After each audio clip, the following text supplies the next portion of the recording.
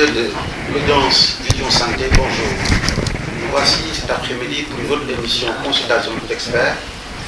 Aujourd'hui, nous recevons Dr Mbaye Paye, cardiologue, médecin du sport, avec qui nous allons échanger sur la mort subite au Sénégal, chez les sportifs en particulier. Docteur, bonjour. Bonjour. Docteur Mbaye, comme annoncé à l'entente de l'émission, les morts subites sont très fréquentes près de nous sur le Sénégal. Qu'est-ce qui peut lier à ce phénomène? Je vous remercie d'abord pour l'invitation. Effectivement, comme vous l'avez si bien dit, la mort subite, d'abord pour la définir, c'est quoi d'abord? C'est la survenue inattendue d'un décès. Quand on dit inattendu, ça veut dire que c'est sur un cœur supposé normal. Donc survenue inattendue d'un décès,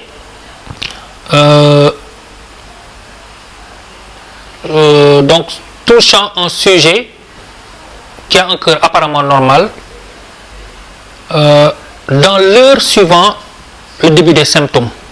Parce que souvent avant une mort subite, le sujet a senti des symptômes. Ces symptômes, c'est un essoufflement, donc une dyspnée d'effort, des palpitations surtout, une douleur thoracique, voire un malaise. Ça, c'est dans les morts subites d'une manière générale. Maintenant, quand chez le sportif, c'est particulier. C'est la survenue inattendue d'un décès. Dans l'heure suivant le début des symptômes, c'est un sujet pratiquant une activité physique et sportive. Donc, le sport, dans ce cas, a joué le rôle révélateur d'une cardiopathie méconnue. Donc, c'est à cause du sport que la cardiopathie inconnue a été révélée. Donc, on distingue deux types. La mort subite d'une manière générale, toutes causes confondues, et la mort subite du sportif. C'est deux cas assez différents. Maintenant, pour la mort subite d'une manière générale, donc souvent c'est un cœur supposé normal, sans cause apparente, souvent parce que c'est non traumatique, non iatrogène. Il faut savoir également que ces morts subites d'une manière générale représentent 13% de l'ensemble des décès de causes naturelles. Maintenant, par rapport à la cause en elle-même, que ce soit la mort subite d'une manière générale, la mort subite au cours du sport, dans 90% des cas, la cause est d'origine cardiaque. Dans 90% des cas. Et l'incidence dans la mort subite d'une manière générale, l'incidence est étroitement liée à la prévalence de la maladie coronaire, c'est-à-dire l'infarctus du myocarde. Si vous prenez par exemple un pays comme la France, d'après les statistiques, la mort subite d'une manière générale touche 30 000 à 50 000 sujets par an. Chez les sportifs, c'est un cas de mort subite sur 200 000 pratiquants au sport. Donc vous voyez que, quoi qu'on dise, pendant le sport quand même, les statistiques montrent que c'est très rare. Le problème, c'est quand il y a une mort subite, vu l'information, c'est un sujet jeune, c'est un sportif, c'est très médiatisé. Donc du coup, chaque fois qu'il y a une mort subite, c'est médiatisé. Donc les populations ont l'impression que c'est extrêmement important, mais les statistiques montrent que c'est extrêmement rare. Maintenant, si on prend les causes, pourquoi le cœur? Dans 80% des cas, la cause de cette mort subite, c'est ce qu'on appelle, c'est un trouble du rythme cardiaque, qu'on appelle la fibrillation ventriculaire ou bien la tachycardie ventriculaire. En général, c'est la fibrillation ventriculaire. C'est quoi la fibrillation ventriculaire? C'est un cœur qui bat n'importe comment. Donc, quand il bat n'importe comment, le cœur ne peut plus assurer son rôle de pompe. C'est-à-dire, c'est le cœur qui doit donner du sang à tous les organes. Donc, puisqu'il est irrégulier, il est inefficace. Donc, quand il y a une fibrillation ventriculaire, le cœur bat n'importe comment, il y a une chute du débit cardiaque et le sujet tombe. Donc pendant le sport ou sans sport. Et en l'absence de manœuvre de réanimation assez rapide, cette situation va amener au décès le plus souvent. Donc chaque fois qu'il y a une mort subite, quand le sujet tombe et un arrêt cardio-respiratoire, il faut commencer immédiatement les manœuvres de réanimation, appeler au secours, diagnostiquer, appeler au secours, commencer le massage cardiaque. Et si vous avez un défibrillateur semi-automatique ou entièrement automatique, vous faites un choc électrique externe, c'est-à-dire vous le défibrillez pour pouvoir le récupérer. Parce qu'encore une fois, quand on dit mort subite, on ne devait même pas parler de mort subite, on devait parler d'arrêt cardio-respiratoire. Parce qu'il y a des sujets qu'on arrive à récupérer, des sujets qu'on ressuscite. Parce que quand on dit mort subite, on dit, mais on peut les réanimer si la réanimation est faite assez rapidement, que ce soit pendant le sport ou sans sport, on peut. Il y a des statistiques qui montrent que la récupération de la victime est possible. Docteur, est-ce qu'il y a un délai durant lequel il faut rapidement agir pour que la personne puisse être sauvée d'un respiratoire?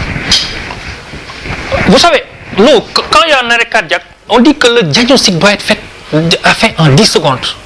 On parle de 10 secondes, nous, c'est-à-dire, quand il y a un arrêt cardio-respiratoire, c'est absence de conscience, absence de mouvement respiratoire, absence de pouls carotidien ou fémoral. On parle d'arrêt cardio-respiratoire. Il faut y aller rapidement. Pour pouvoir faire le diagnostic, c'est en 10 secondes, je ne parle même pas de minutes, en 10 secondes, vous devez savoir s'il y a un arrêt cardio-respiratoire. Donc, le temps de survie dépend du délai de prise en charge. Il faut y aller rapidement, moins de 5 à 10 minutes. Docteur, vous pensez qu'en ambulatoire, c'est possible que les personnes en famille, que les personnes qui sont en arrêt respiratoire puissent être sauvées dans les 10 secondes? Ça, je suis parfaitement d'accord. D'où la nécessité, après de faire une formation du grand public en matière de réanimation cardiopulmonaire. Peut-être qu'on y reviendra. Pour la prise en charge, je vous ai dit qu'il faut diagnostiquer. C'est vrai que le diagnostic doit être fait par le médecin, en tout cas l'agent de santé. C'est-à-dire, le sujet est tombé. Il est en arrêt cardio-respiratoire. C'est-à-dire, il est inconscient, absence de conscience. Si vous lui dites ouvrez les yeux, comment vous appelez, donnez-moi votre main, il ne vous répond pas. Donc, il est inconscient. C'est la première étape. Deuxième étape, est-ce qu'il respire ou pas? Arrêt respiratoire. Comment vous pouvez le savoir? Vous regardez son thorax. Quand on inspire, le thorax, l'abdomen se gonfle et se dégonfle. Donc, il n'y a pas de mouvement respiratoire. Ou bien, le sauveteur prend donc son oreille et vient mettre l'oreille au niveau du nez de la victime. Vous n'entendez aucune respiration. Ces deux-là suffisent maintenant. Absence de conscience, absence de mouvement respiratoire. Ce n'est même plus la peine d'aller chercher le pouls carotidien ou le pouls fémoral, c'est-à-dire le cœur qui bat. Les deux, absence de mouvement respiratoire, absence de conscience, ça suffit. Arrêt cardio-respiratoire. Appelez au secours, vous avez fait le diagnostic et commencez le massage cardiaque externe. Mettez les deux bras croisés, là, tendus, et vous massez 30 et 2 insufflations, 2 bouche à bouche. Maintenant, si vous avez un défibrillateur automatique ou semi-automatique, je vous ai dit que dans 80% des cas, c'est dû à un trouble du rythme cardiaque, une fibrillation ventriculaire. Donc, si on fait un choc électrique externe, le sujet, le cœur peut se resinusaliser, c'est-à-dire peut devenir normal. Le cœur peut battre normalement, donner des zones P, des zones Q, des zones R et des zones S. On l'a resinusalisé. Et le bouche à bouche. Jusqu'à quand? L'arrivée des secours. Quel que soit le temps que ça prendra. Au stade, c'est ce qu'on fait. Mais masse cardiaque, n'arrêtez jamais. Parce que si les secours viennent, il faut continuer le massage. Moi, j'ai le matériel là-bas, l'embu, on connaît l'embu, défilateur, et intubé ventilé. J'ai le matériel de l'intubation, ventilation, je l'ai ici.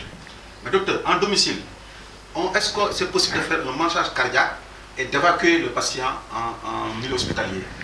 La mort subite d'une manière générale survient dans les bureaux, dehors, dans la rue ou à domicile. Le sujet tombe en arrêt. Qui que ce soit, s'il y a quelqu'un dans la maison, le massage cardiaque doit pouvoir être fait par tout le monde. On dit que ce n'est pas le médecin, il suffit d'avoir 2 bras. Yo, lui, man, on peut le faire.